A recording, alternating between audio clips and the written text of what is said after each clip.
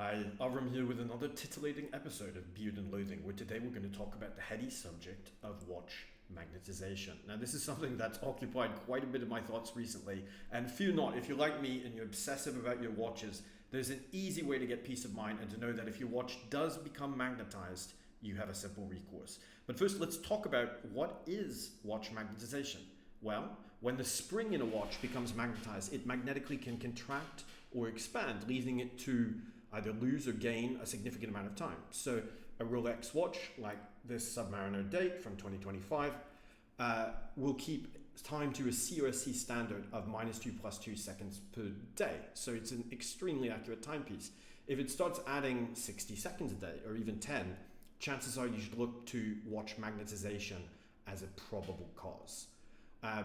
So there are some watches like certain Omega Seamasters which have a silicone spring and consequently are extremely anti-magnetic, right? It's not a ferromagnetic spring, and this accounts for their META certification up to 15,000 Gauss. So those watches you really don't have to worry about. And for most purposes, if you're sitting at the computer, which is emitting a magnetic field, or using AirPods, or doing that kind of thing with a modern Rolex watch, you probably don't have to worry too much. You wouldn't want to let it sit on the magnetic speaker or sit on a wireless charger, but other than that, you're probably okay. But let's go through what you would do if you suspect that your watch is magnetized. I'm going to switch the view here. And you can see on my desk, I have three things. One is I have my sub. The other is I have a compass, which I'll explain in a second. And finally, I have this demagnetizer, which is not actually plugged in because my watch has been demagnetized recently. So the first thing I would do is I'd go to this compass, which reacts to magnetism, and I'll see if this needle is moving, right? By putting the case and therefore the movement near the needle. As you can see, it's not. This watch is not magnetized. The next thing I will check, very crucially, is the bracelet and clasp of the watch. It's very common for these to become magnetized before the movement itself. And then when the watch is sitting here directly on the magnetized clasp, it can become magnetized over time. So suppose I had an unfortunate result of that needle jumping around. I know my watch is magnetized. I'd go over to this demagnetizer.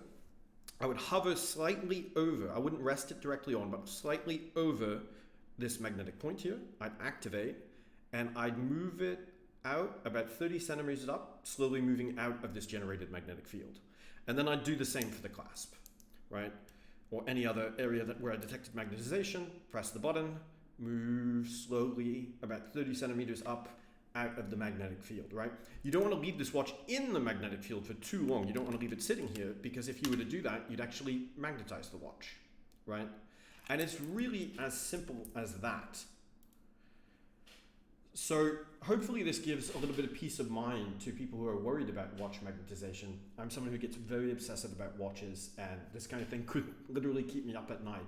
So if you spend about 30 euro on Amazon, you get a compass and you get a demagnetizer of certain quality. You don't need to spend a fortune on that. It's about 30 euro all up. You will be able to demagnetize your watch if unfortunately it does become magnetized. And it's generally pretty obvious when it does, right? The watch will start behaving and performing much, much worse than it does ordinarily.